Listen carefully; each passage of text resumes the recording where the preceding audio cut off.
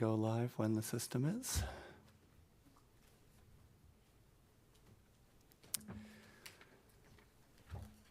Good evening, everyone. My name is Raphael Menes, and I am calling to order the Pinole Planning Commission meeting of November 18th, 2024. To begin the meeting, I'm going to start with our usual overview of how to submit public comments. You can do so in person by filling out a yellow public card and submitting it to any staff member since the city clerk isn't present. Or by Zoom, you can submit a live remote comment. Via Zoom video conferencing, you would download the relevant mobile app from the Apple App Store or Google Play, or you could download it to your desktop computer at zoom.us. You can also join by phone. The hyperlink to join would be https://us02web.co.j/865-053-75301. And the webinar ID is, again, 865-053-75301. You could also join by phone by dialing 1-669-900-6833 or 1-253-215-8782 or 1-346-248-7799. Speakers will be asked to provide their name and city of residence, although providing this is not required for participation. Each speaker will be afforded up to 5 minutes to speak. Speakers will be muted until their opportunity to provide public comment. When the chair opens the comment period for the item you wish to speak on, please use the raise hand feature or press star 9 if connecting via telephone, which will alert staff that you have a comment to provide, and press star 6 to unmute. To comment with your video enabled, please let staff know you would like to turn your camera on once you are called to speak. For a written comment, you can submit public comments to planning staff via email to dhanham@pinole.gov. Please include your full name, city of residence, and the agenda item you're commenting on. Other ways to watch this meeting. You can watch it live on Channel 26, where it will be retelecast the following week. The Community TV Channel 26 schedule is published on the city's website at pinole.gov. It's also video streamed live on the city's website, again, pinole.gov, and will remain archived on the site for 5 years. If none of these options are available to you or you need assistance with public comment, please contact Planning Manager David Hanham at 510-724-8912 or dhanham@pinole.gov. In compliance with the Americans with Disabilities Act of 1990, if you need special assistance to participate in a city meeting, or you need a copy of the agenda or the agenda packet in an appropriate alternative format, please contact the City Clerk's office at 510-724-8928.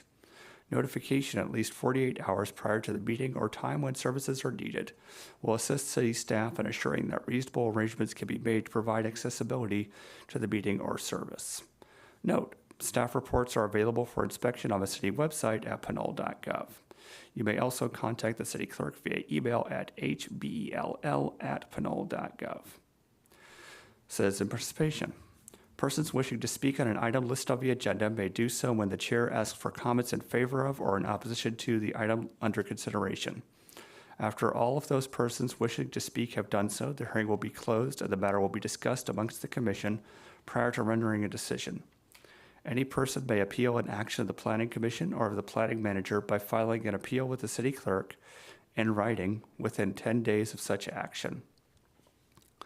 Following a public hearing, the City Council may act to confirm, modify, or reverse the action of the Planning Commission, and the Planning Commission may act to confirm, modify, or reverse the action of the Planning Manager. The cost to an appeal a decision is $500 and a minimum $2,500 deposit fee. Note, if you challenge a decision of the Commission regarding a project in court, you may be limited to raising only those issues you or someone else raised at the public hearing or in writing delivered to the City of Pinole at or prior to the public hearing. Ralph M. Brown Act, Government Code Section 54950. In enacting this chapter, the legislature finds and declares that the public commissions, boards, and councils of the other public agencies of this state exist to aid in the conduct of the people's business. It is the intent of the law that their actions be taken openly and that their deliberations be conducted openly. The people do not yield their sovereignty to the agencies which serve them. The people, in delegating authority, do not give their public servants the right to decide what is good for the people to know and what is not good for them to know. The people insist on remaining informed so that they may retain control over the instruments they have created. So we all again call the meeting to order. And then those who choose to, please join me in rising for the Pledge of Allegiance.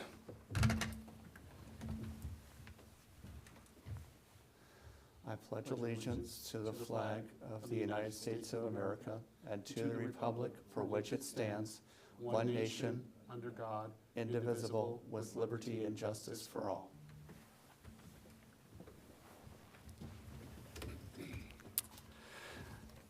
And now we have our land acknowledgement. Before we begin, we would like to acknowledge the Ohlone people, who are the traditional custodians of this land. We pay our respects to the Ohlone elders, past, present, and future, who call this place Ohlone land, the land that Pinole sits upon, their home. We are proud to continue their tradition of coming together and growing as a community. We thank the Ohlone community for their stewardship and support, and we look forward to strengthening our ties as we continue our relationship of mutual respect and understanding. Roll call. Mr. Hannum. Commissioner Uch. Present. Commissioner Huey. Present. Commissioner Lamb-Julian. Present. Commissioner Sandoval. Present. Commissioner Bender. Let the record show that Commissioner Bender is absent. Vice Chair Martinez. Here. Chairman is. Here. Let the commission know that we have 6 out of our 7 members, so we can take action on any item on the agenda tonight. Thank you.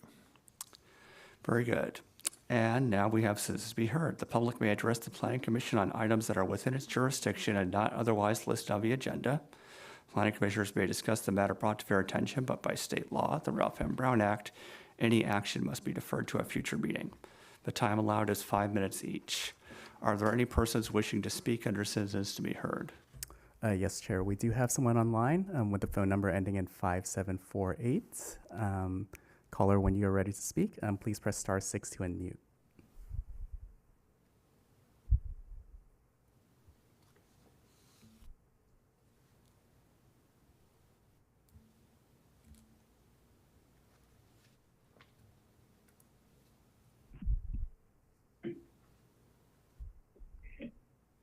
Hello, can you hear me?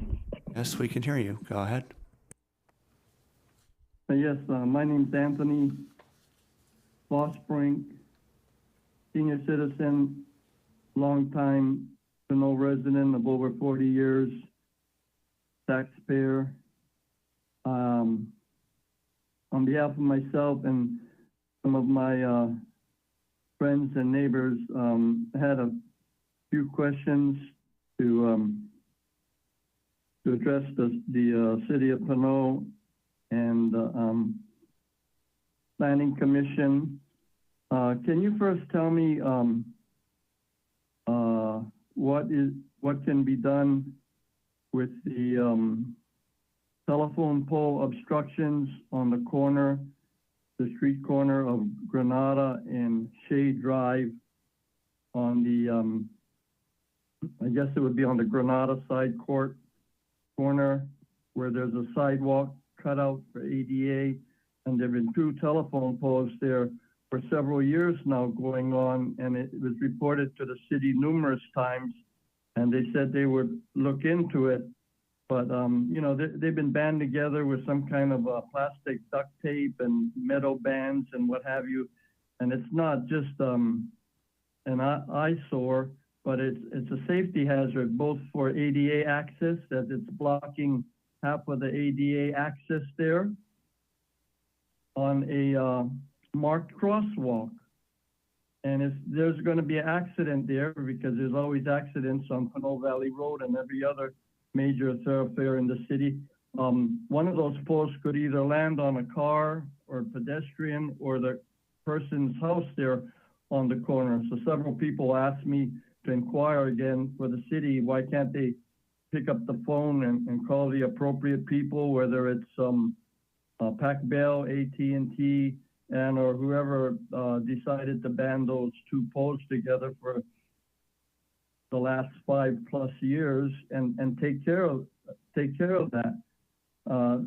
Secondly, I would like to ask, is the city of Pinole cut our budget back so we can't get sandbags anymore, or I guess it's self-service sandbags in the auxiliary parking lot across the police station?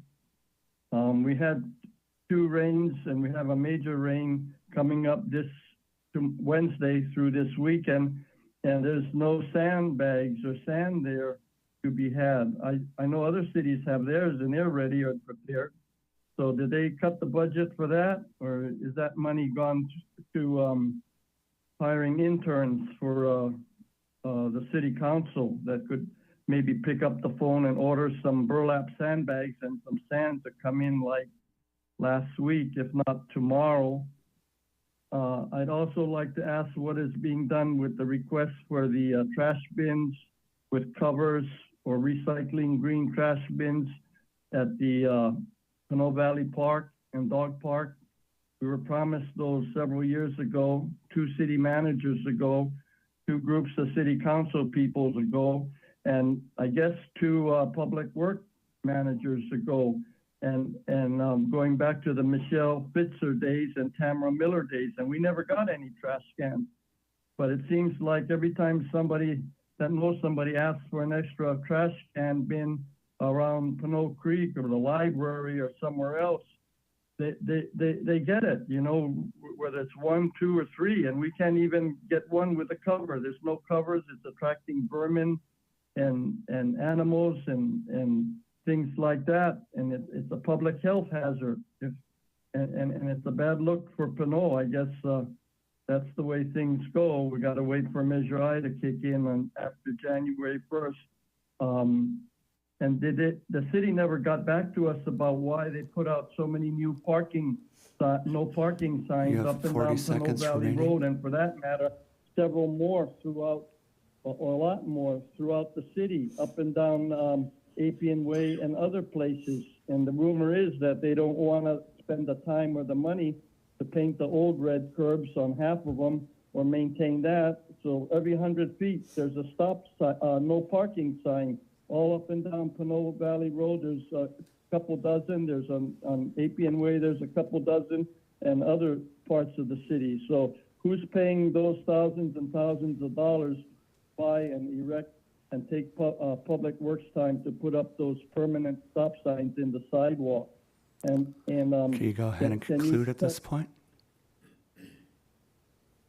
Or the last thing I wanted to say is that they need to adjust the lights on Pinole Valley Road for daylight savings, and all the door locks in the bathrooms for daylight savings by an hour or 2, because it's pitch black up on the top of Pinole Valley Road above I-80 from the Trader Joe's parking lot all the way to the past 7-Eleven, where the medial lights are still out of order. Now they're all wiped out for 2 hours there till 6:30, 7 o'clock at night, and it's pitch dark to begin with. You think somebody like the police department or some public workers that work for City Hall would drive through the city and notice those things that have been out for several weeks now with regard to the daylight savings clock. All right. Thank you very much.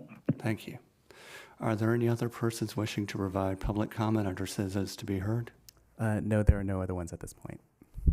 All right. In that case,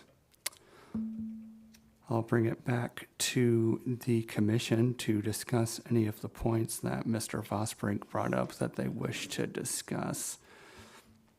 There's one, but I guess the last question I'd like to highlight first, basically, does the city need to adjust its timers in order to have the various street lights and the automatically locking doors on the bathrooms and so on adjust for the end of daylight savings time? I'm not sure, to be honest. Most cities do have some time adjustments, so there's probably some adjustments that's going on throughout the city for daylight savings, but I can check with Joe Bingaman. Right. Let's see. So I guess we can do a sort of standard pass through. Commissioner Uch, do you have any comments on the public comments just now? No comment. Commissioner Hui, do you have any comments? Yeah, thank you. I will just say I know that planning manager will get back to us about this, but it is extremely dark over in Pinole Valley, so I'd appreciate doing a follow-up on that. Thank you. Commissioner Sandoval, any comments? Yes, thank you. Did we ever get any clarification on the no parking signs? It's my understanding that part of it is that there was a new law that got passed. I think went into effect last year regarding no parking within certain amount of feet of the intersections, and there are a lot of intersections along Pinole Valley Road. So I don't know if those signs were put in conjunction with that new law, and then we'll be painting them red or what it is. But I do know that there has been a lot, and you'll see a lot more probably painting of red curbs all over town because of this new law. So basically it's just I think it's 20 feet. So basically 20 feet from every intersection is going to be painted red. So I think that's what happened on Pinole Valley Road. I think there was, as you're aware, Sanjay left the city. But I will be following up with Joe on these items of why. I still never got an answer of why there's so many of those no parks, but I'm assuming that part of it is because of that new law. Yeah, some confirmation for that would be appreciated. Okay. Thank you. Great. And before I move on, I'd also like to note that the City Council is going to be discussing the new sort of daylighting law with regards to the red paint around the intersections tomorrow. It's on the agenda in case people are interested in that, along with quite a few other items. Commissioner Lamb-Julian, do you have any comments on the public's comment?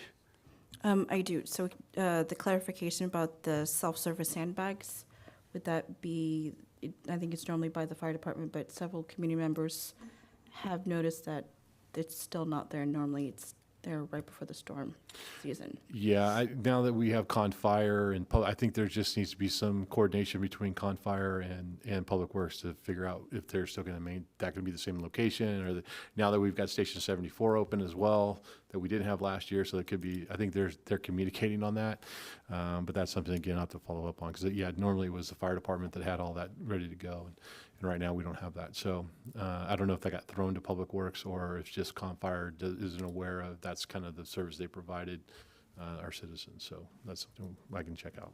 Okay, I'm complete. Thank you. Thank you. Vice Chair Martinez? No comments. All right. And then I guess my follow-up comments. It looks like we've addressed the no parking signs, though I personally suspect they're probably not related to AB 415 because that talks a lot more about painting curb to mark off areas where it's not allowed to park more than signs. And given the fact the city's going to need to repaint the curb about every year, you'd think if they could use signs for that purpose, they would. So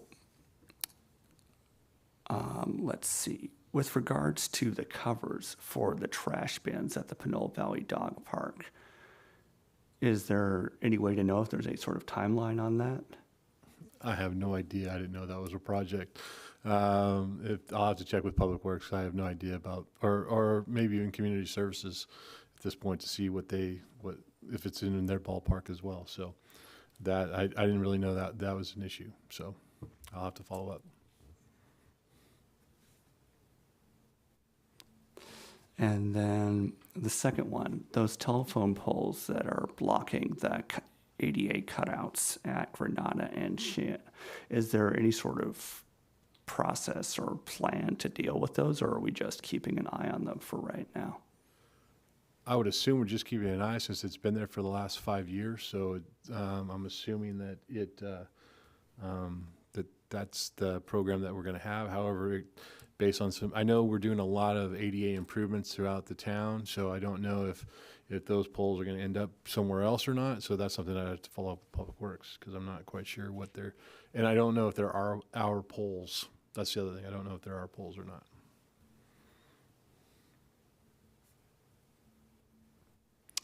Let's see.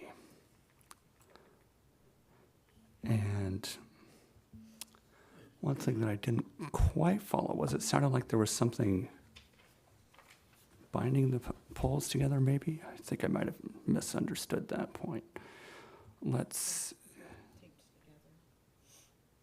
Yeah. Do you know whether the city did that? Excuse me, if the city did what? Literally taped the poles together. No, I don't know if the city did that or not. I can't answer that question. Okay, and then with regards to the sandbags, given that we're going to have a major storm starting on Wednesday, most likely, would it be possible for Public Works and Fire to coordinate the delivery of sandbags by somebody at some point tomorrow? Because it seems like we're in a relatively urgent time situation here. Raphael, I don't know. I'd have to talk to public. I can't talk to them until tomorrow morning. So I'll find out more tomorrow morning. And I'm sure once Public Works and Fire has come up, it'll be broadcasted everywhere. But I'll have to check with them on that. Great. And of course, we can't order any particular action, but just want to emphasize, the importance of that particular item given what's about to happen. No question. Yeah, no, exactly. All right. So with that, I believe we're done with citizens to be heard, and we're going to move on to the meeting minutes for our meeting of October 7th, 2024. Oh, yes, and at this point, I should probably note that I sent my usual email out to the email list with regards to ex parte communications about the items agenda. Should have done that a bit earlier in the meeting, just remembered it now. Apologies.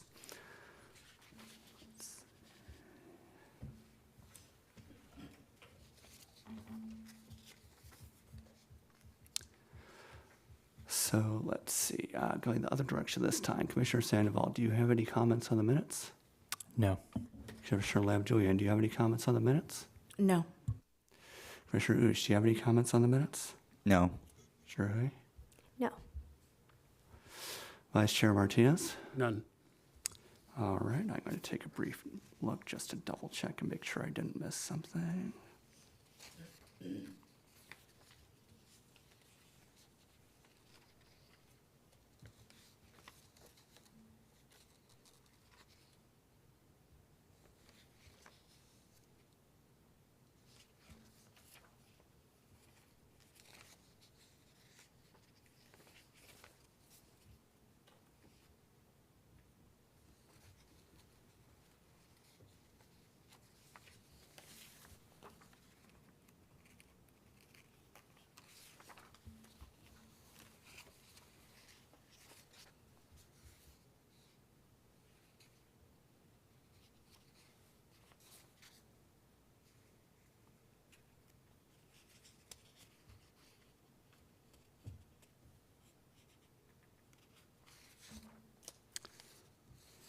All right.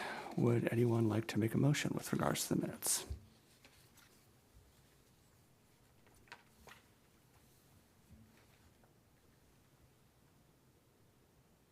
I'll move approval of the minutes of the October 7th, 2024 meeting as presented to the commission in the agenda packet. Do I have a second? I'll second that. All right. Assuming no further discussion, can we have a roll call vote, please? Commissioner Uch, Yes. Commissioner Lamb-Julian, Yes. Commissioner Sandoval, Yes.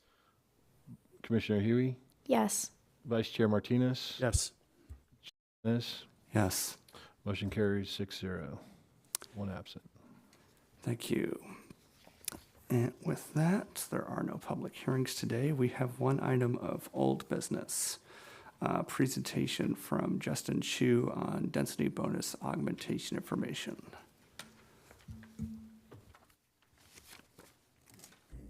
Okay, great. Thank you, Chair Menace. I think we're scrolling through that slide. Okay, great. Thank you, Planning Commissioner. So the item for you tonight is just an informational item on state density bonus law and density bonus augmentations as well. This is a carryover from an item you might remember from the September 9th meeting in which Planning Commission considered some recommendations to City Council for amendments to the zoning code and specific plan as part of our housing element programs, The amendments would ensure we're compliant with state law as well as incorporate some additional elements to further our housing element programs. One of the items that is part of that modification are some changes in our density bonus chapter in the Pinole Municipal Code. Currently, our code is fairly outdated, as are many cities throughout the adjustments in density bonus law that the state has made over the past couple years or so. So as part of our housing element program, we're making modifications to that to ensure we're compliant. We also included a program to increase density bonus beyond the allowance of state law for certain projects, and in this case, it's senior housing. So the item brought before you is a follow-up on some of those questions that have been brought up. Planning Commission recommended approval of the zoning code amendments to council for consideration, which is still due tomorrow. But we wanted to provide a follow-up on this item to provide some additional information on like what state density bonus law is, what the maximums are, and then like what the augmentation that we're proposing might look like, and also what other cities have kind of done so far with it. So if we could go to the next slide, please. Okay, so back in September, Planning Commission looked at a few amendments to the Pinole Municipal Code and the specific plan. These were primarily for implementation of our housing element programs, which we committed to do within the first 2 years of adoption. So we're still on track for those, and then the first round is moving to council tomorrow. As part of those modifications, we adopted state density bonus law by reference of replacing our current density bonus chapter in the Pinole Municipal Code to reference state law by reference, as well as a few additional procedures that are, that outline city process essentially. One addition we made is to provide a 10% additional density bonus to whatever projects qualify for state density bonus law. They would get an additional 10% bonus if they are part of senior housing projects. That is part of one of our housing element programs to explore and to implement density bonus beyond state law. So we looked at the 10% as an initial number. This is a number that we discussed with HCD, the State Department of Housing and Community Development, which they agreed this is a good number to start with for our pro-housing designation, which we've obtained from the state. So our proposed amendments are going to the council tomorrow for approval consideration. At the end of the September meeting, Plan Commission also directed staff to bring some additional information on density bonus at a future meeting. So we're going over some of those today, so we could gather some of your comments and questions if you have any, as well as any suggestions you want to make to the council as well before they make any adoption considerations. If we could go to the next slide.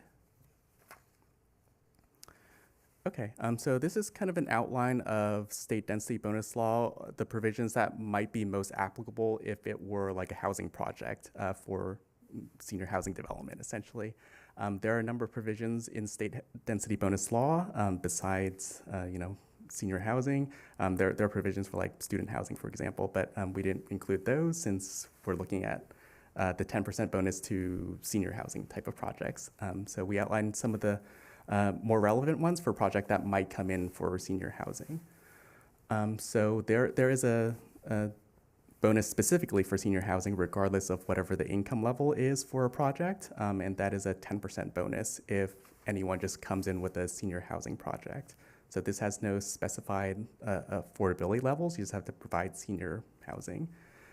Pinole's municipal code does have an inclusionary housing requirement, which does require like any project, I believe it's 5 units or 4 more units. Yeah, it's 4 more units. If they propose 4 more units, they need to provide a certain number of those as affordable units. So already we wouldn't have in Pinole housing that's, senior without like an affordability component. So because we do have this affordability requirement for new multifamily housing that comes in essentially, multiple units, the state does have an income-based density bonus. This is the most common one that's used, I believe. It's on a sliding scale, as you might see in the staff report, and you could also reference this in state law as well. It's a sliding scale, so the more units you set aside for affordable units, the higher density bonus you get essentially. There are different income categories, very low income, and moderate income. And I just want to note that state density bonus law is Government Code Section 65915 to 65918 as well, should anyone want to look into that. So for the income-based approach, a very low income would be considered if you were to make 50% or less of the area median income. Low income would be if you were to make 80% or less, and moderate income is 120% or less. The income-based approach is you get to choose one essentially. So if you provide, very low income, you could do that. If you provide a mix of low and very low income, you might it might be beneficial to use the very low income or to use the low income category. So it kind of does vary depending on the project that comes in. We do work with developers to see what they qualify for, and then they'll look at what benefits them most when they're preparing projects. So essentially, if it comes in as a mix of income levels, the developer essentially chooses what works out best for them in terms of the bonus that they get. There are projects in which if you provide 100% affordable income, 100% affordable projects that are like moderate income or lower, you get an 80% density bonus. So an example of this type of project is the Vista Woods project. Vista Woods, which is the 179 unit project. They had 100% affordable units. To qualify for this, you would need to have at least 80% of those units be low income or very low income, and no more than 20% be moderate income. So if you qualify for that, you get the 80% density bonus. The state also provides some additional density bonus as well within the state code. If you provide 5 to 10% very low income, you qualify for 20 to 38.75% bonus, and 5 to 15% moderate, you get 20 to 50% bonus. So this bonus is if you reach the cap on, for instance, like the income-based approach, you provide like the 20% low income, like that's the max you get from that income level. If you provide additional like very low or moderate income, you get additional density bonus tacked on. So long as the original income base doesn't exceed a 50% bonus. So it's like an additional incentive to add even more like affordable units to your project. If we could go to the next slide. There are other provisions in state law as well, maybe less commonly used. One is for land donation. So if a project donates land to the city, they would qualify for, and the units they provide are set aside 10 to 30% to very low income. They would get a 15 to 35% density bonus. And this might be in addition to like another density bonus they would qualify for, but the total maximum would be 35%. Another interesting one is even if you're not doing completely new construction, if you convert apartments to condominiums, you would also qualify for a density bonus. This is 33% lower moderate or 15% lower income. You get a 25% density bonus from that. And then there's a provision for commercial partnerships as well.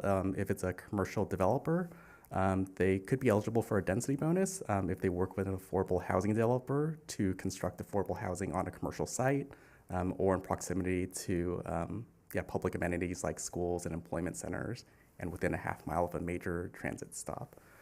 So if they provide 30% low income or 15% very low, it would result in a 20% intensity increase. Intensity, I think, could include like even their commercial areas. It's the total like development mass, I guess, of their proposal. So there's not necessarily a density cap in this instance. It's they get a 20% larger development. If we go to the next slide. So all that's just kind of to put into perspective, like kind of what's there for, housing developments under typical state density bonus law. As you could see, most of them are around like 25%, 30%. They could go up to 50%, depending on like how much they designate for affordable housing. And 80% if they do like 100% affordable development. So staff also looked at what other local approaches there are besides these state density bonus provisions that go beyond state law. We understand the Planning Commission has some interest in understanding some of these standards, if there are any in our local jurisdictions in the surrounding area. So we looked at a few cities in Contra Costa County. So from our quick search in the local ordinances, we didn't find a similar approach to what we're currently proposing in our zoning code updates currently, which is, most current ordinances don't go beyond state law, which is understandable. A lot of the cities around are trying to update their own zoning codes as well to be compliant with state law. Some of them that could potentially go over state law currently do so with like some alternate standards that aren't specifically covered in state law. So seeing as there weren't a lot of existing approaches, we also looked at the other cities' housing elements to see what they might have on the horizon. So if we could go to the next slide. We looked at several jurisdictions who might do some additional density bonus as part of their housing element programs. Many of them are just trying to ensure that their zoning ordinances are consistent with state law. So they're trying to implement state law, but they would look at like other incentives as well to promote housing, not necessarily just through additional density. But from the ones that could potentially result in additional density, we found that they do so in a couple ways. So one of them is like clarifying allowance of state density bonus in conjunction with some of the existing standards that the city has. One city that did this, they provide an alternate path to different densities within certain areas. And then their clarification is to make clear that state density bonus works in conjunction with these. So these alternate standards would provide like additional density anyways, but the clarification means that, it's clear for a developer that they could do even more than that. An additional point that we saw was to allow additional density by consolidating small lots or developing like 2 or 3 bedroom units. So encouraging lot consolidation so you could get bigger projects, but also like developing larger units for like families that might need more than like a 1 or 2 bedroom unit. Another way that cities have looked at in increasing density bonus beyond state law is to encourage 100% affordable housing projects in certain areas. So if you're in those areas, you provide 100% affordable, the city would look at some additional density bonus beyond what they would otherwise get in state law.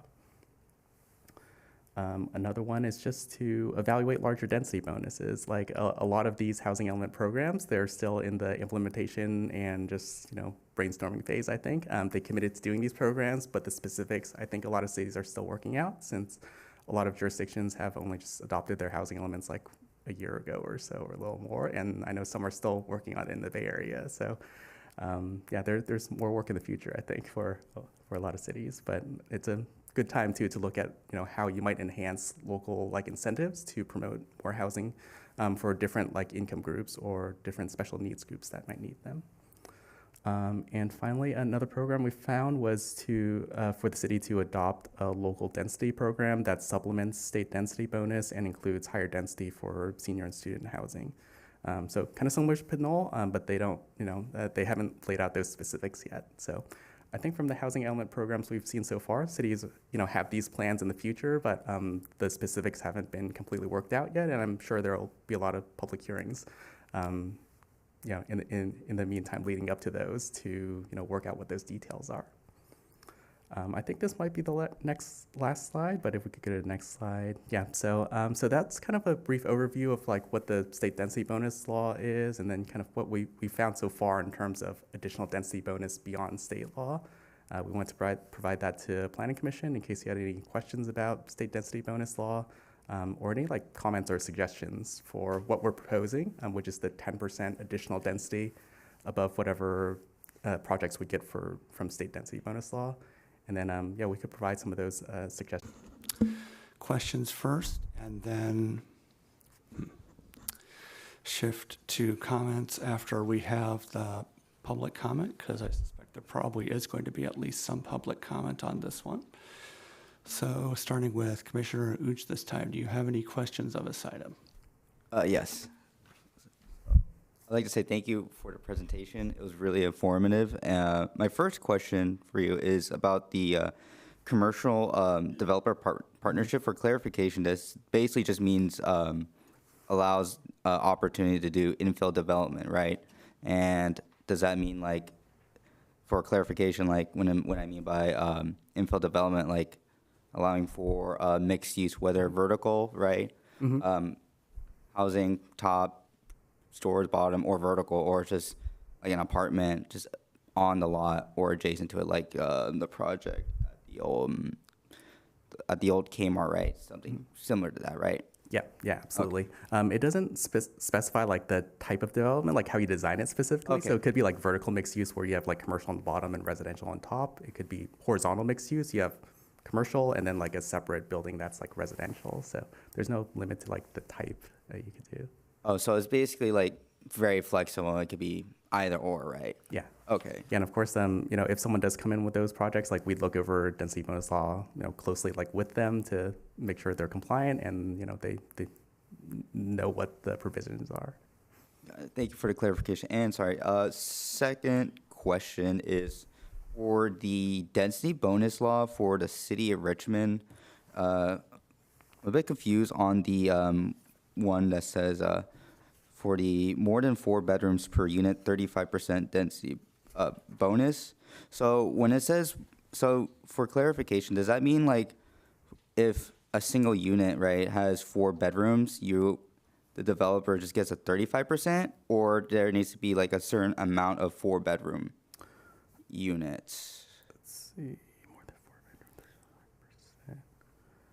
I think they would need to qualify for the density bonus first of all. So it's just not just available to everyone. You need to provide a certain amount of affordable units to qualify for that, if it makes sense. It's 35% bonus if 5% of the total base units are set aside for like various income levels.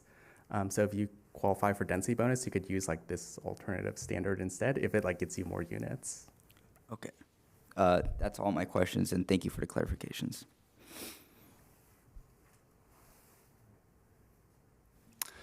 All right, Commissioner Hui, do you have any questions? No questions. All right, Commissioner Sandoval, do you have any questions? Yes, and thank you, Justin, for the presentation and the packet. Very, very informative. So if the city did decide to, or if the planning commission did decide to do a blanket type additional density bonus for senior housing, would we be the first or one of the first cities to do that? I believe so, around here at least. Or at least in the area. Yeah, we focused on just looking at the around this area. So. Okay. Another question, would it also be possible to technically do a sliding scale for senior housing on top of that, or would that kind of be too complicated and then a developer might not want to come in and do that? It's a good question. We haven't had a chance to test this out with a developer yet.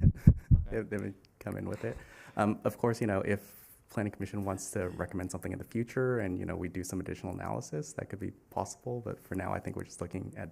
Yeah, because just thinking of like I'm very on board with the idea, but I don't want to be too complicated that no one wants to build anything. Yeah. So, and that would be those are my only questions. Thank you. Thank you, Commissioner Lam-Joyan. Yes, again, thank you, Justin. That is always a great presentation.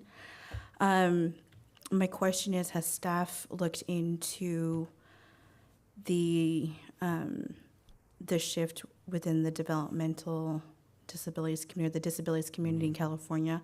Their general plan is up for final review in March, and just wondering if staff has looked into the changing requirements, since that'll be set up for the next 10 years until it's going to be reviewed again. Understanding that housing is one of the groups that they're going to be focusing on, transitional housing for this population. Mm-hmm. Yeah, that's a good point. We haven't looked at it specifically. We have a bunch of existing building code provisions for reasonable accommodations and development to ensure, accessibility needs are met in housing. Of course, we could look at some of those additional materials as well. Okay, because I know just in another role that they are going over the accommodations across the board and just seeing which ones they are going to be reviewing and then implementing. Okay. But just a space to kind of keep an eye on. Yeah, that's good to know. And I believe building code standards would be updated next year. I think that's when the new code cycle comes in, so there might be some new standards as part of that as Okay. well. Thank you. I'm complete. Thank you. Vice Chair Martinez? No questions, and thank you for the hard work that you put into this. Appreciate it. All right, so over to me in that case. I think I had, I guess, starting back at the end and working backwards. First, with regards on page 24 out of 24 of the agenda packet, discussing Moragas. Do we know what percentage they're considering precisely for higher densities for senior and student housing, or do we just know that they're considering it? This was mostly from their housing element program language, so they didn't go into those specifics yet. I think it's something they're aspiring to do and implement, but they haven't worked out the details or put it specifically in the housing element at least. All right, so next, going back a little bit to look at San Pablo's version, it looks like they want to incentivize consolidating small adjacent lots and developing 2 or 3 bedroom units. How does that interact with something like SB 9, which is trying to encourage lot splits? Yeah, so that's an interesting point, actually. SB 9 focuses a lot more on single-family residential types of properties, so not necessarily ones that would qualify for a density bonus. Those are more of the multifamily types of developments that are higher density. SB 9 is only available for single-family residential zoning. So I guess it's different state approaches where they're trying to encourage more housing in single-family residential by making more opportunities either through lot split or additional units. Whereas in the larger sites where you could do multifamily, they're encouraging more units like within those development sites themselves. Just wanted to make sure we're not having potential for a yo-yo thing where somebody does a lot split for SB 9 and then they get a bonus for merging them together and then they get a lot split. Right. So that'll be a bit odd. Let's see, do I have any other questions?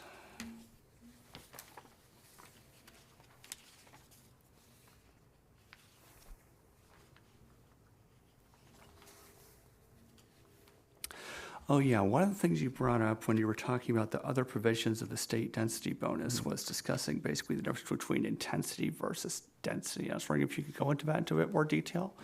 Because it seems a lot of the time we see density as sort of the default measure, more raw Yes. units per square foot of space, but it seems like intensity is something different. Can you clarify?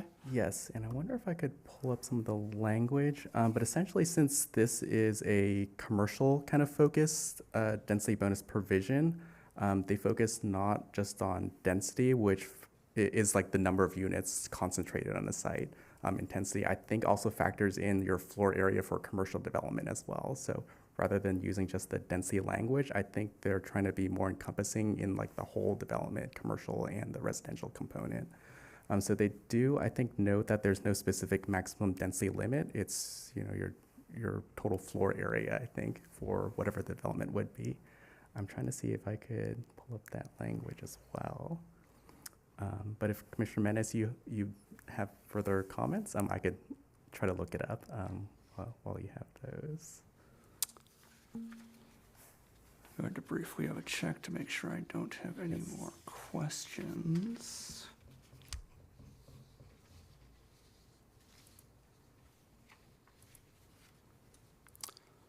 So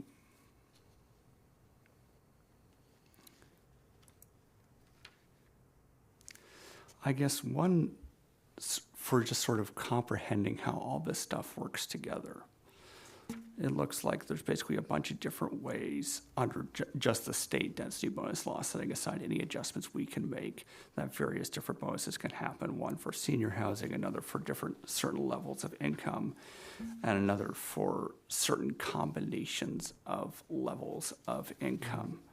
So to what extent can those bonuses stack below the 100% affordable developments threshold? So there are a few provisions that could stack between themselves. First is the income-based scale approach. You could do up to 50% with those approaches, I believe. Yeah, 50% in each of those categories. And then let's see, was there any other thing here?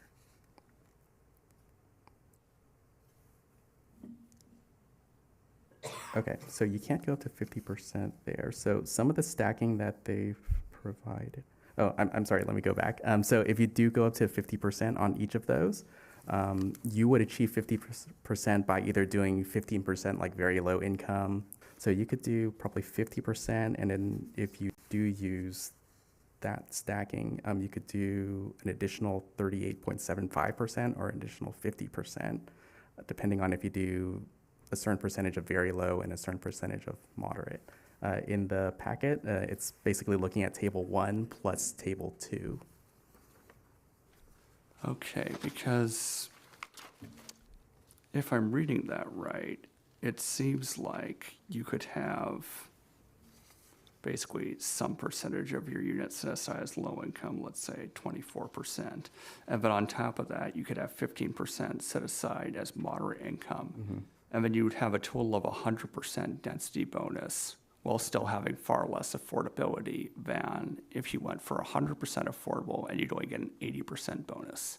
So I just wanted to make sure that I wasn't misreading that, because that seems odd. Yeah, I think that's just how it's provided in there. And also, the additional density bonus is a relatively new addition as well. I think it was added in the past like year or two or so, whereas 100% affordable, I think, came in before that. So that might account for some of that as well. So, some of the differences. Yeah, it just seems slightly strange. All right, well, I think that's all of my questions with regards to this item, so I'll go ahead and open it up. Is anybody else hearing my audio cutting in and out briefly tonight? I think so. It was just then for me. But Well, if anybody can't hear me, feel free to call in and mention that, and I'll go ahead and restate things. I suspect we may be having some sort of audio issue with the microphones this evening, so my apologies if that's the case. Are there any members of the public that wish to comment on this item? I don't see anyone currently. All right, in that case, I'll go ahead and bring it back to the commissioners for comments as opposed to questions. So going the other direction this time. Commissioner Sandoval? Yes, thank you. I'm very interested in, increasing the percentage that we do for senior housing. I think it'd be a pretty cool idea, just kind of leaning into like the whole Pinole as a bedroom community kind of, we can house more people. I think that's always a good thing, when housing is a very contested issue, and obviously we're in a housing crisis. I kind of do want to think what the commission does think about what that percentage should be. I'm not exactly opposed to a high percentage either, but I'm also, I think we could do a little bit higher than the 10%. And additionally, kind of seeing kind of like what the other options that we can kind of change are. Because it kind of looked like there were other ways to kind of increase the density bonus for other types of projects, like the commercial ones or the student ones, but I'm not too sure if those would be best for Pinole. Still would like to hear what the other commission does think on that though. And yeah, as I mentioned earlier, I'm also interested in like a potentially a sliding scale of like, a higher, much higher density bonuses for like very low income, kind of like on a sliding scale, kind of how Richmond kind of did that in a way. I did think that was interesting. And yeah, that would be all my comments. Thank you. Commissioner Lamjoya? My comment would be I would also be interested in seeing if we were to explore what a little bit higher would look like, in addition to the partnership, to seeing what that looks like, workforce housing specifically. I think it'd be a great idea to kind of explore what it looks like to help our teachers being able to live where they work and help them out since they help us out. But yeah, that would be it. Thank you. All right, Commissioner Rooch. I'd like to share the sentiment of my fellow commissioners on definitely building more housing, especially in the Bay Area, where I personally know people at work who absolutely struggle with their housing, and it's really sad to hear. And I think we need to do our best in whatever ways we can to build more housing units and a diverse amount, whether it's single family and especially multifamily. And there definitely should be options. You know, often the housing debates is only large multifamily apartments versus single family homes. And I think it's important to highlight that here in America, we can have more options, especially, you know, if you want a single family home, row homes are cool, or low rise apartments are another options. And my final point is I think there can be a lot of opportunity to look into especially incentivizing infill development, especially in Pinole. I believe what we have, like, especially for our shopping centers, like where most of the space is taken up by parking lots, if we can provide an incentive for like the owners of those shopping centers to say build more housing, it would be great, as it would result in more people having housing, which is good, and people living there could also serve as, you know, as a new tax base for people who now can easily either go to work, you could say downstairs, or across the street from their home to work, increase sales taxes, and there's numerous benefits to densification and good improved transit ridership. So I think my point is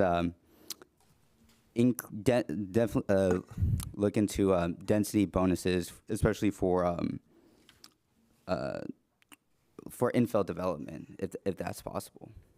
That's all. Thank you. Commissioner Hui, do you have any comments? Yes, thank you. Well, first, Justin, thank you again for this really great recap. It was very helpful to see what the other jurisdictions are doing. And I hear from my fellow colleagues here that there is an interest to raise the density bonus. And while I'm not against that, I would like to know if there is a cap on how much the density bonus has been raised. And of course, I don't want to burden staff with all this research, so maybe not on a state level, but at least in the Bay Area region. The Bay Area is very unique, and you know, I'd like to better understand if there is a cap on the density bonus that other jurisdictions have been hovering around, and if so, why is that? Are there any unintended consequences that perhaps we cannot foresee at this time? That's it for me. Thank you.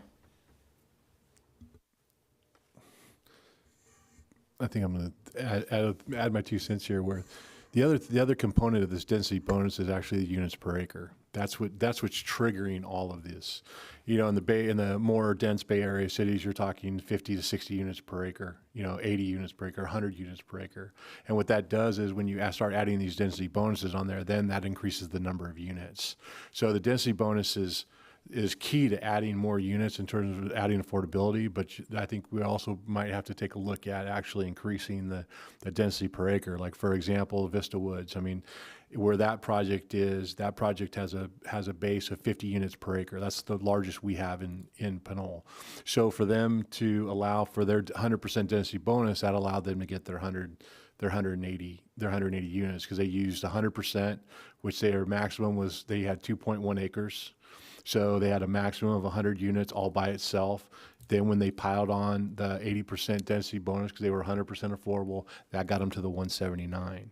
So depending on your units per acre, that could generate more of the units. Most of our mixed-use zones are as high as, I think, 35 units per acre is the max?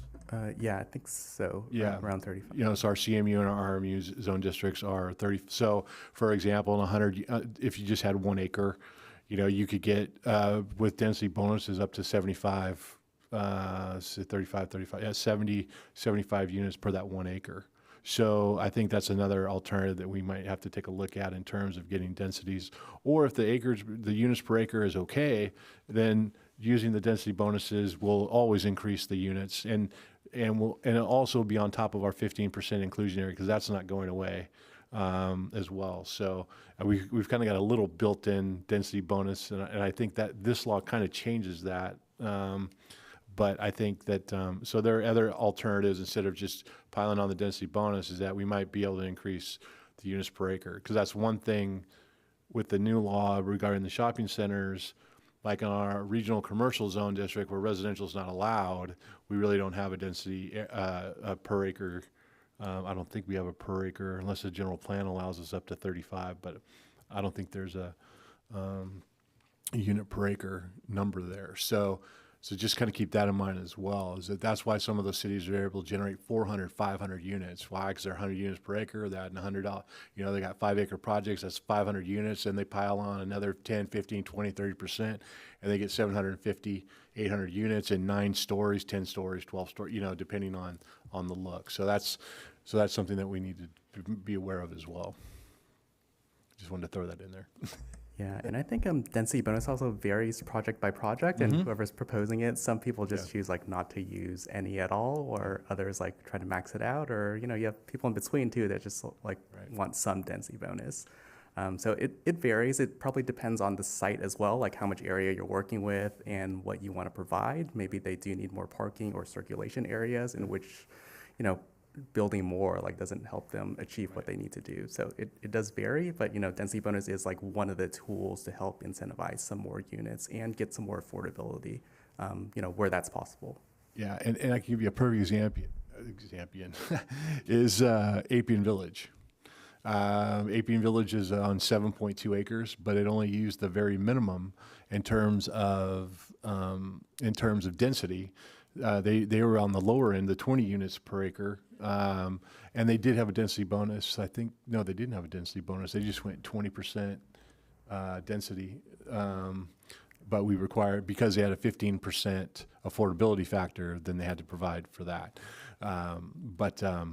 And because they were in a CMU zone, they also had provided an additional 10% for a community benefit. So there's other things in our general plan that allow us to build more units, and really it's up to the developer to see where the number works. How many, sometimes building more units, you get more stories, which adds a lot more requirements. So there's a lot of different things on how that works, but the sliding scale works very well. And again, I think you can stack almost everything on top of each other. But I'm not positive on that in terms of all the different, depending on how many different affordability factors you have in your project. For example, Vista Woods or Pinole Vista, they're 90% market rate. So depending on how many market rate you have in your project, you could still have a density bonus in your projects if you provide 25% of the project as affordable. Then you can put density bonus, get more additional units of that, and still have your 96 or your 196 market rate units. So it's just gives for a bigger mixture, and it allows developers to build more units. All right. That's all I have. Thank you. All right. So, do you had any follow-up comments to that? No, thank you. All right, Vice Chair Martinez, do you have any comments?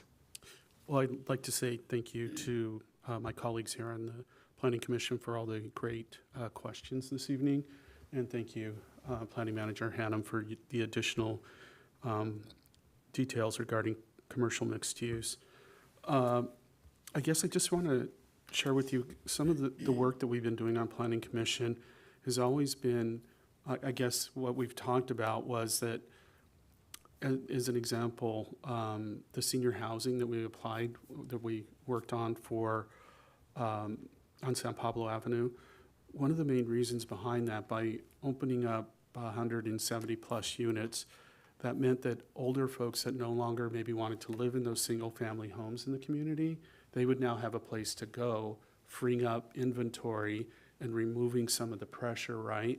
And so if we get this right and we have this combination or this vision that we need some mixed use, some mixed use, and maybe we do some affordability for young families that are maybe not ready to buy a house yet.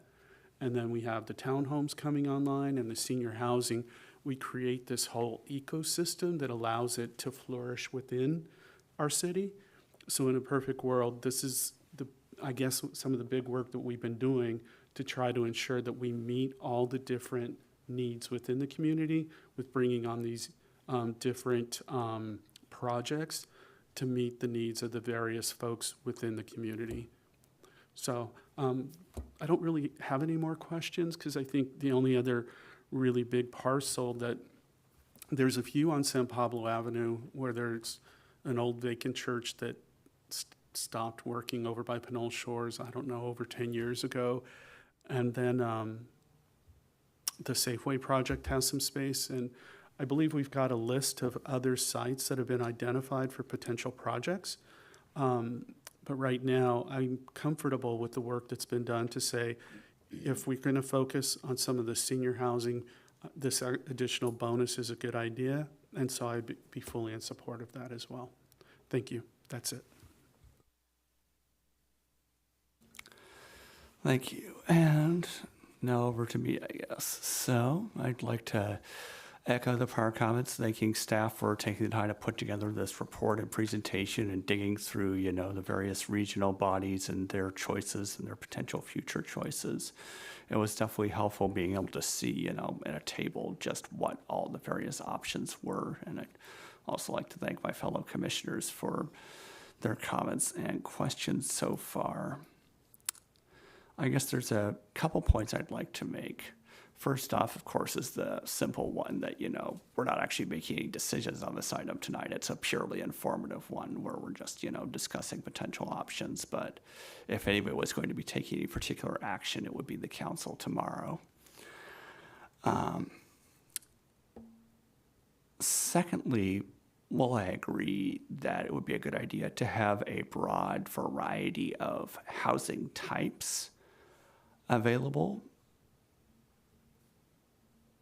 I'm also curious as to what extent increasing the density permitted would tend to standardized housing types. Like, for example, we've got a 10% bonus for senior housing, and that means that senior housing pencils out and other kinds of housing doesn't. Is that going to tend to bias the market towards developing more senior housing over other kinds of housing? And I think, again, this just goes to, what's available in the market and who developers are that are purchasing properties or wanting to coordinate with property owners to develop as well. We've had, I'm sure, you understand the variety of projects that came in the past couple of years or so. We've had senior housing, we've had other sorts of apartment housing, condo development. So it really does vary from who comes in with the proposals and what they want to achieve and what the tools are. We've had comments from people who have been interested in doing more senior housing beyond these couple ones. But the projects haven't come in yet, or they haven't been fully developed. But there's interest out there, I think. It just depends on what properties are available and who's asking about those properties and having the resources developed. So I think the density bonus provides a tool. It's just who the developers are coming in and what tools they want to use. Right, it's a tool, but it's not going to necessarily determine what they want, because the developers are going to be making decisions based on the site and what they're experienced at and all those other various factors. And I think it also goes with financing as well, what sort of grants they have and what sort of financial backing they have to develop these projects as well. So it really just, there are a lot of variables in that. That seems reasonable. Let's see.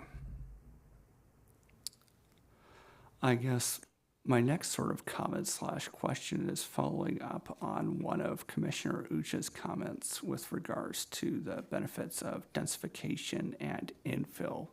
Would it be possible to create a density bonus for specifically infill development? That's a good question. I think density bonus does work inherently pretty well with infill, just because a lot of infill development is concentrating development on fairly limited space or built up space, in which case you're trying to find new opportunities for development, whether it's like adding onto an existing site or redeveloping at higher densities. So I think density bonus, does work pretty well with infill already. If the question is, whether there could be additional density bonus to promote like infill development, that could be something that could be looked in further. But I think like inherently density bonus does like support infill development. So following up a bit again on Commissioner Sandoval's comments about the potential for sliding scales, and I guess whether or not it's too complex. Based on your particular experience, do developers tend to find the idea of a sliding scale for things like density bonuses a problem, or is it something that they find useful? I don't think it's a problem, nor do I think it's particularly something that's, incentivizing or useful. It's something they work within to see what's available that's out there in which they can incorporate into the projects, right? Since a lot of the income-based sliding scales within state density bonus law itself, provides a category of if you provide a certain number of affordable units in this category, you get this amount. And then they do their internal calculations to see what pencils out. Like if I provide X amount of lower income units, does that match up or with our projections for if we provide this amount of like moderate income units? So I think they are pretty good at using those scales to internally calculate like what works out for them. I don't think sliding scale is particularly an issue. Like what we're proposing in the density bonus augment is a flat 10% increase, but it could be 10% plus like X amount of percent for, some additional like senior units above that. So Yeah, and it's really funny because density bonus has been on the books for decades. It's been in state law for decades, and really developers really didn't use it very much up until probably about the last 10 years, 12 years, where housing's gotten so expensive and fees have gone up, and so they need more unit yields to make the project. They need bigger unit yields to make the project work, and so the density bonus programs are now that are coming in at the state law is just giving the developer the maximum flexibility to be able to pencil a number of units out. And I think that's, I think with whether it's sliding scale, I think the sliding scale is good because the developer can determine based on the acres they're picking. And there's just so many variables in development. The land size, the unit cost, how many units you want to provide. Do you want to provide studio to 2-bedroom? Is it cheaper? Is it more economic to do family units? It's just there's a lot of variables, and I think the state by adding all these sliding scales, because the sliding scales are probably no more than about 4 or 5 years old.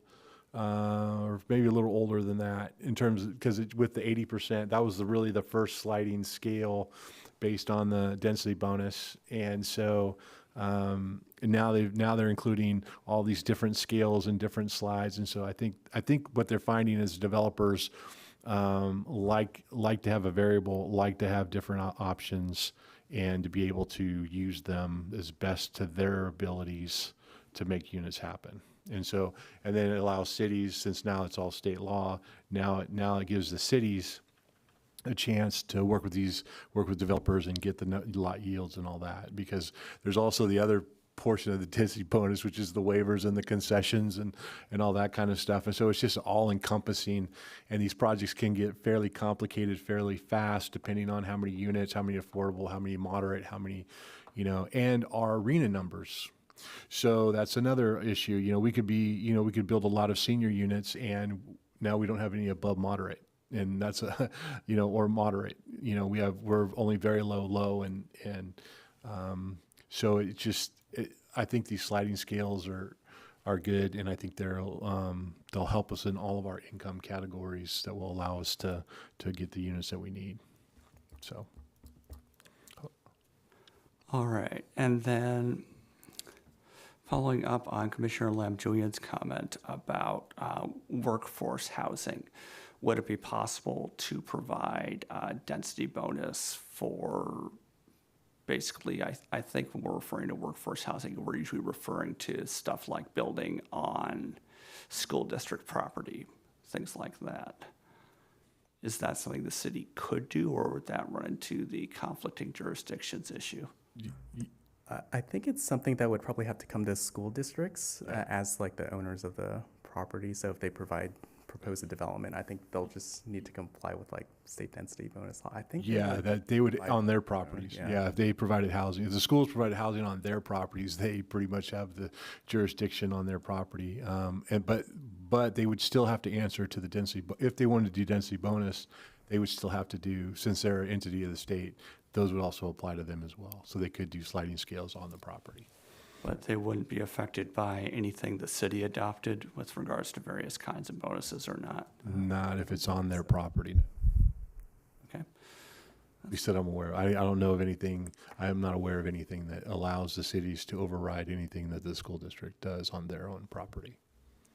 I wasn't thinking more in a negative sense. I was No. I mean, in terms of our law, our zoning code, our requirements, they usually are above those requirements, because they're arms of the state, and so we don't have everything on the outside of the school district boundary. The school boundary we do, but once we're on their property, we don't have a lot of. Their buildings all done through the the state architect. So all their buildings go through there. They don't go through the city. So we don't even review them for building permits. all right. And then I guess one final comment. If we saw that, 10% additional for senior projects was working, or conversely wasn't working, how difficult would it be to change it in the future?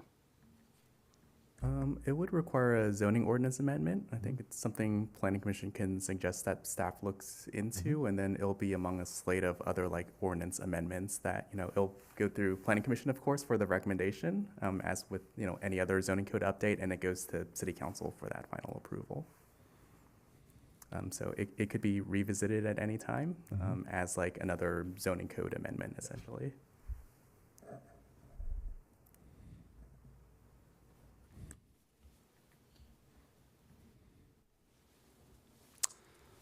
All right, I think that's all my comments then, given this is an informational item. Do any of the commissioners have any additional comments they would like to make? Commissioner Sandoval? Yeah, thank you. I think given the information and the discussion that we kind of had tonight, I think we can go ahead with try to go ahead with a couple of proposals, kind of like thinking about, revisiting the city's density, to kind of promote more dense housing in specific areas.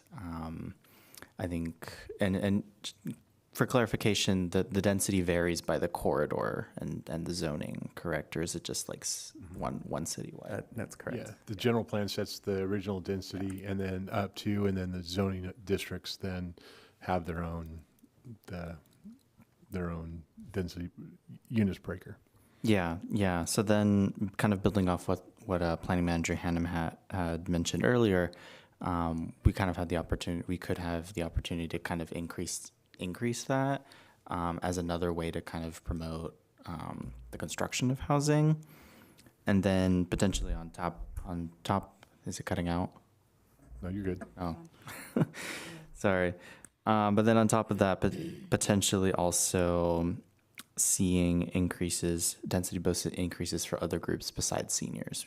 I think transitional housing, workforce housing, veterans, disabled. I think there could be some exploration into that as well, in kind of like flat and also sliding scale.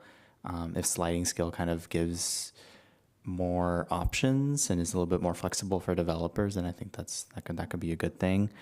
And kind of exploring it gives us the opportunity to kind of think about what kind of places in Pinole kind of could really be transformed. And I think the biggest example of that we think about is probably the Safeway the lot, where that there could be a lot of redevelopment there, whether it's grocery, whether it's restaurants, mixed use housing, a density bonus on top of that.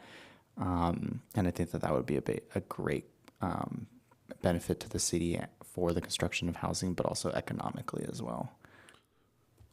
I think what we can do, is this thing on? Okay. Yeah. I think what we can do is so that you guys get an idea of what we're talking about in terms of bonus, we can take some of the project areas or the corridors and kind of build a project, just a hypothetical, 3 acres, 30, 40 units per acre, density bonuses we can kind of build those projects as kind of like just to show as examples. They're not absolutes, but just kind of give you an idea of what we're talking about and how you're stacking. Because we're talking a lot about percentages. We're talking a lot about, and it might be that the density bonuses are already there. And so now it's just a matter of seeing what it looks like from a development standpoint. So I think maybe Commissioner Sandoval, if you allow us to maybe break down some lots within our corridors to see what some of those maximum housing, if we were able to, plus our housing per acre, plus the density bonus, plus that stacking density, whatever, the density bonuses, you can kind of get an idea of what that really looks like. I mean, is that something that you would want to, that's something that you're... Yeah, potentially could that be also something that's shown to developers to kind of say like, hey, there's this lot, these are just like, I mean, we have to idea. We have to operate within the codes. So whatever the code is right now and the general plan and the density, we have to operate within there. Now the density bonus, we can add density bonuses already. That's something that we can add. So we can already stack units right now. It's just that our zone districts only go from 20 to 35 units per acre. So, but we can stack on top of that with the density bonuses. So what we can do is, luckily we have a couple areas where we have 50 units per acre, so we can use that. We can also look at, if we want to do we can add a massive project or something like that, just to kind of give you an idea of what can be done in terms of unit yields. We won't go into any like what other requirements and all that. We just give you an idea of unit yield, so you can see what these 25%. What does 25% mean? What does 15% mean? What does 30% mean? And so that way, and whether we're stacking on top, so that way you have an idea of what, and we can put it in perspective on sizes of comparable places in Pinole. So we can do something like that. I think we could do that pretty easily. Yeah, I think something like that would be really helpful to kind of visualize what, visualize what we could do. Yeah, because we always talk about percentages, right? Well, it's 25% and then 15% on top of that and 30% on top of that. Well, what's the base number? You got to have the base number to be able to load definitely. To be able to put the percentages on there. So, so we'll take a look at what we can do, and we could probably bring back another informational item to kind of do that, and just kind of talk about it and go from there. So, Can we do that when we're discussing an informational item? Like, can we say we'd like to have a future agenda item on X? I'm not sure what the limits of how much the commission you can ask for an agenda. You can ask for an agenda item for the next meeting to bring additional information. Yes, you're not voting. You're not changing any of the rules. You're not changing, you're not changing code. You're just, asking for additional information. You can definitely ask for an item on the agenda. Okay, it sounds like in that case, the appropriate thing would be to make a motion for that item. So Commissioner Sandoval, since you're the one pushing for this, do you want to craft the motion? Yeah, let me see. Let me see if I could figure this out.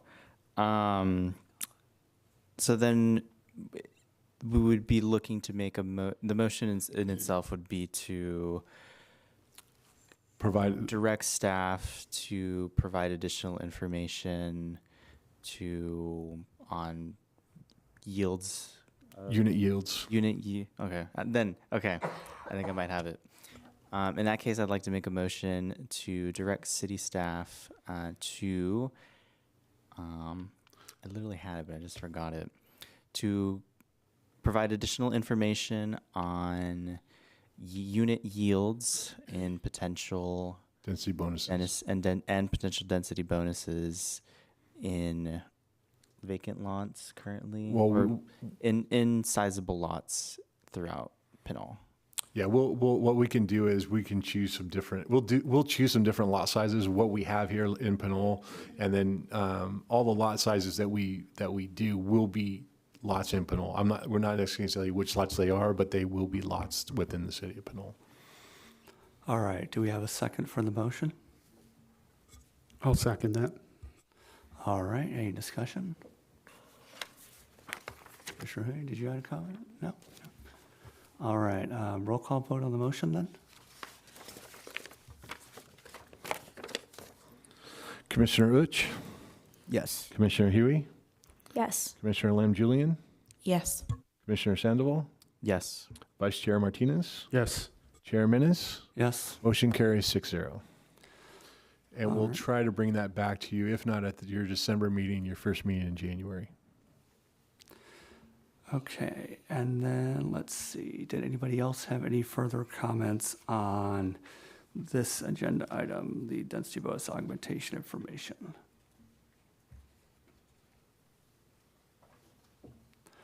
All right, so with that, I'll go ahead and close out this item. And we will move on to the city planners and commissioners report. It looks like we have a staff report here. Was that part of the agenda packet? No, it was not. I brought it to you beforehand, afterwards. As I remember, the commission wanted to make sure they wanted something in writing. They asked for that, and so it's a little late. It'll be in the next packet for the next meeting. And if anybody wants a copy, there are additional copies, so we'll put it on the website as well. So I provided a staff report, just outline our major projects and where we're at, kind of some updates and some status reports. I went through our major, our Safeway project, the Vista Woods, Saha, Pinole Vista. If you guys have any questions on any of the projects, I'll be happy to answer. So I just wanted to kind of give you a heads up and see what this is kind of the things we're working on besides our general sign stuff and our meeting people at the counter and that kind of stuff. So if you want me to go through them, I can go through each of them, Mr. Chair. I can go through them pretty quickly if you want. I've just got a question about number 7. Mm-hmm. Isn't the PCN on the council's agenda for tomorrow? Is it? No, I thought, oh, yes, it is. I apologize. Yes, it is on the, I thought we already approved that. No, it's, I mean, it's pretty on- likely, but. yeah, it's on the agenda tomorrow night. I thought we did it the last meeting, but I guess not. Got ahead of myself on that. So, yeah, it's going to the PCN, it's going to the council tomorrow night, and then it'll come back to you on December 9th. If they approve the PCN, then it will come back to you.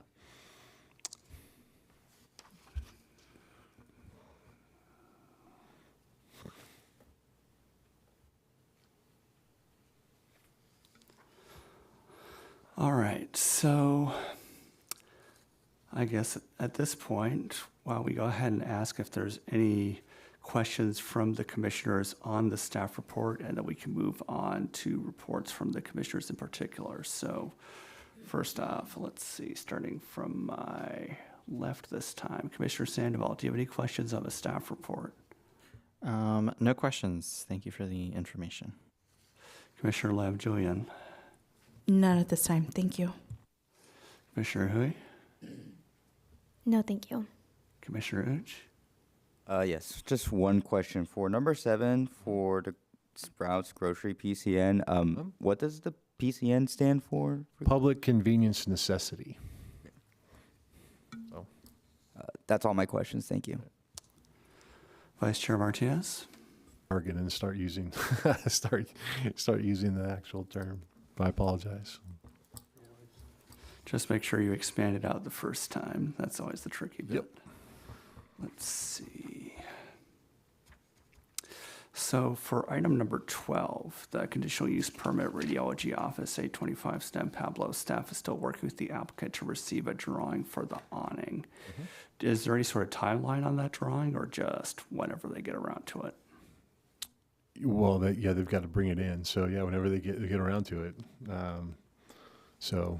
But they can't activate the permit until they do it. So hopefully they're going to do it quickly. All right. And then with regards to number 4, for Pinole Vista, it says you're working with the applicant to get the old Kmart building demolished. Mm-hmm. Is there any sort of firm timeline at that point, or are you just sort of working through the prelude to a timeline? Not at this phase? time. We're working with them. We're working with them to try to get it down. We are doing some. We're trying to meet with them again before the holidays hit to kind of get a better timeline of when that's going to happen. So. Because it's becoming more and more an eyesore. The roofs, these storms, I can't wait to see what these storms do to that building. They've already got roof issues and all that. I don't know how much of that has been, covered up or anything of that nature. So we'll try and get a hold of them again to say, hey, look, we got big storms coming, and that building is probably not going to sustain some of that stuff. So, but it looks like they got a fence around it now. Which is good. So kind of keep some of the riffraff out, and so yeah, it's kind of where it's at right now. All right. So next, we're going to go ahead and go through commissioner reports, and then I'll open the item up to the public for any comments they may have on the item. So, Commissioner Ooch, do you have any reports? None. Commissioner Hui, do you have any reports or communications? None. Commissioner Sandoval, do you have any reports or communications? No. Commissioner Lamjulia, do you have any reports or communications? There we go. Just real communication to let folks, the community know to go to Pinole Speaks to give their thoughts and feedback about Pinole TV. Let them know your thoughts. It's still online. It's still taking comments. That's all. I'm complete. Thank you. Vice Chair Martinez? None. All right, and then on to mine. I note that when I went ahead and had a look at the recreation subsection of the city's website, I was pleased to know that the Recreation Department did manage to add some items to the calendar, but I noticed that the food drives still hadn't been added to the city's calendar. Is that because they're conducted by a third-party agency, or is there some other reason? I'm not sure, but I'm assuming it's probably a third-party agency, but I'm not positive. I'd have to check with Andrea to see where that's at.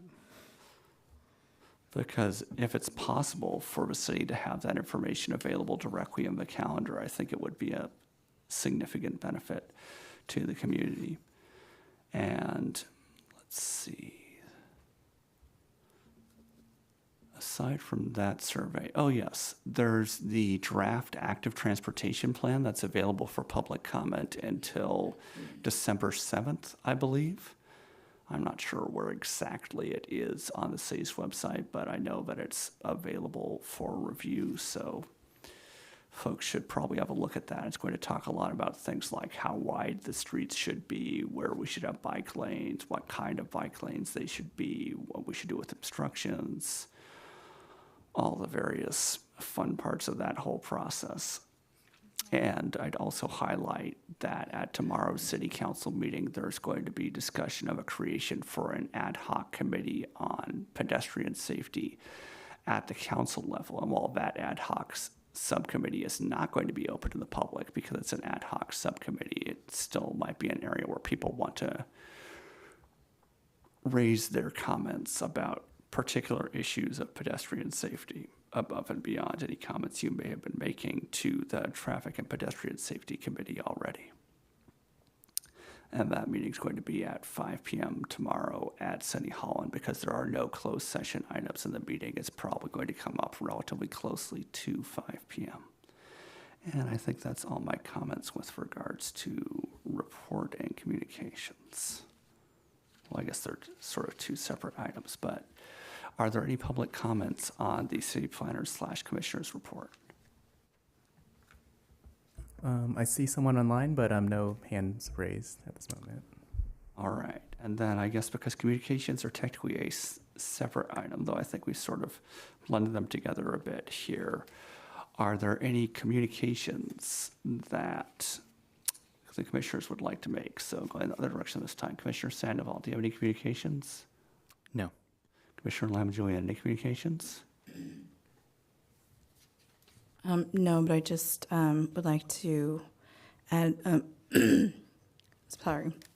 A comment that also at tomorrow night's city council meeting, they will be discussing speed limits at various areas around Pinole, such as over on Seamus, Granada, San Pablo Ave, and that would be a good time and opportunity for the community to speak up regarding their concerns about potentially lowering the speed limits around town. I'm complete. Thanks. Thank you. Commissioner Hui, any communications? No, thank you. Commissioner Uch, any communications? None. Vice Chair Martinez, any communications? None. And as for mine, I guess I'd also note that aside from the various transportation matters, there's going to also be a review of the development impact fees on tomorrow's city council agenda. So folks who are interested in the planning commission process may also be interested in the changes in development impact fees. The planned fee charges will actually be dropping a bit for institutional uses, even though they'll be increasing for everybody else, which I thought was interesting. And I'd also remind people to take a look at the consent calendar, because just about all the items on the city council agenda are on the consent calendar, and some of the items that are there are maybe items that you wouldn't expect. So make sure to have a look there. And let's see, no, that's not relevant, not relevant. I think that's all my communications. Thank you. Okay, I do see someone's hands raised online now, if we wanted to take those questions. Certainly. For communications. Yes, this is caller with the number ending in 5748. And when you are ready, please press *6 to unmute.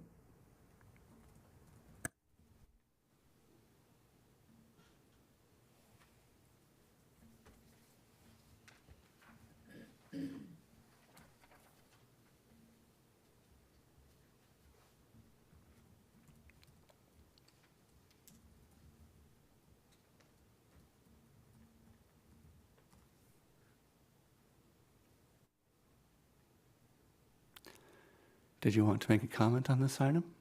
Hello. Can you hear me? Yes, we can hear you. Go ahead. My name's Anthony. I wasn't sure if the planning director, Hannum, was going to be up to give his report. Is he already given his report? He did, but am I allowed to basically permit looping back to comment on that, since there was no public comment on that item?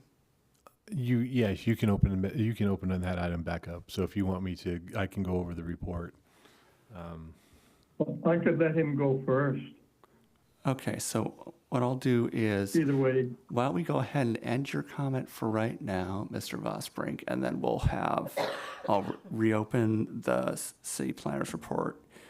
He can give that comment, and then you can comment after that, so you get the full extent of your time. This could be part of it, but I know I'm losing my time here, besides other things.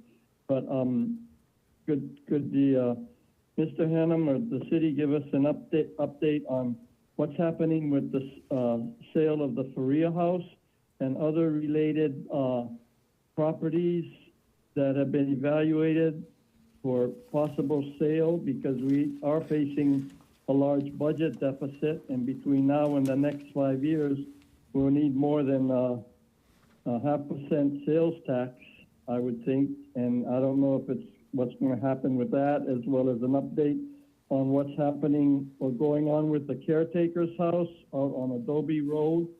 The public works people I know a few weeks ago spent half a day there.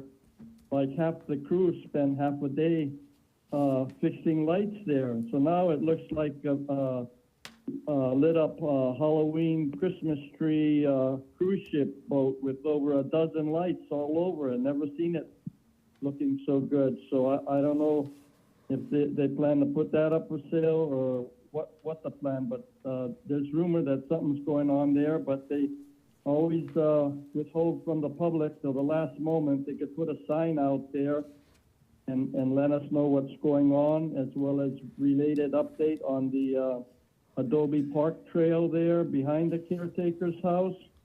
And lastly, if there's any kind of information update on the two recent departures or vacancies with the search for the new police chief, as well as the search for new public works director, because we asked somebody, one of the staffers, and they said there is no public works director, there's no interim public works director. And then on a related note, what happens to all those big salary monies, and how are they then disseminated or budgeted in the current and future year? Does it go into the general fund that we're saving, $50,000 a year or $100,000 a year on Mr. Mishra's position or more, as well as Chief Neil Gang's position, etc.? And I'll take my response offline. Thank you very much. Thank you. So, Mr. Hannah, can you respond to such of those questions as you're able?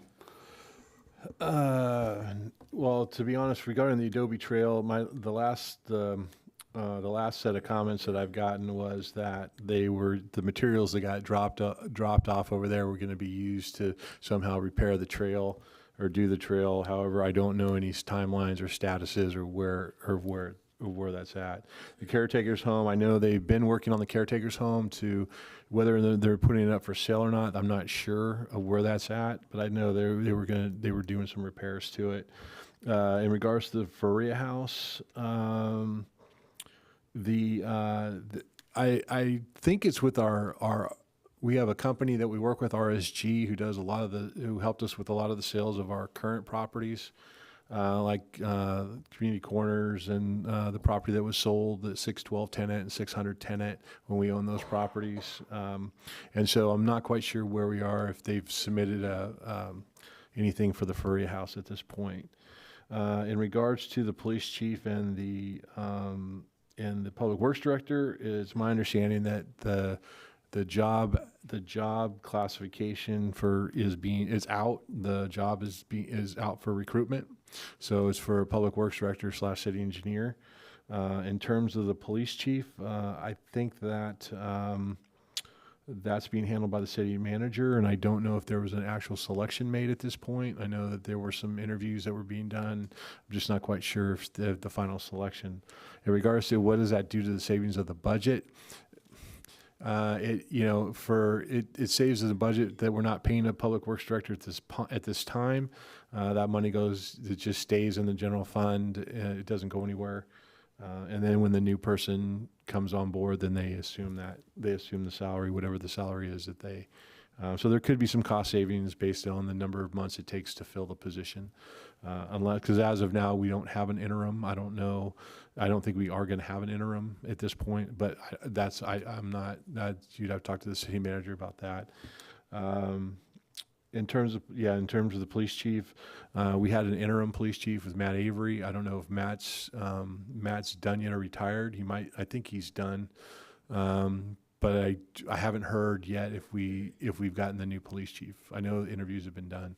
Is there a cost savings to that? There could be, potentially, depending on how many months it takes to fill the position, and if they fill it with an interim or if they fill it in with an acting chief of police, like they promote a lieutenant from within or a commander from within to assume the role for a little while until that person is put in place. But it's all in the budget, so it's all budgeted, and it just remains in the budget. So those are my answers on that one, on all of those questions. I think I answered them all. Caretaker, Furia, police chief, public works director. Yeah. So. Sure, and I just briefly note as a side point that the city does account for not this particular thing necessarily, but vacancies in positions more broadly as part of the vacancy savings factor in the city's budgeting process. Yeah. So it's sort of assumed that things like this will happen. Yeah. And sometimes cities, like if they get in real, but they freeze positions. So, they freeze empty positions so to be able to save money from the budget as well. So, but at this point, I'm not quite sure where that is going with the public works director. I know we're out for recruitment, and the police chief, I know we're probably within a certain amount of time of getting that person on board. All right, Commissioner Lamb-Julian? Just a question about that parcel across the street from the post office. Is that city property or private owned? We own the vacant lot, right? I think we were talking about this property the other day. The one between where St. Joseph's is and that vacant one, I think we own. I think so. We'll have to. Yeah, we'll have to verify, but yeah, I think we still own that parcel. We still own Community Corners.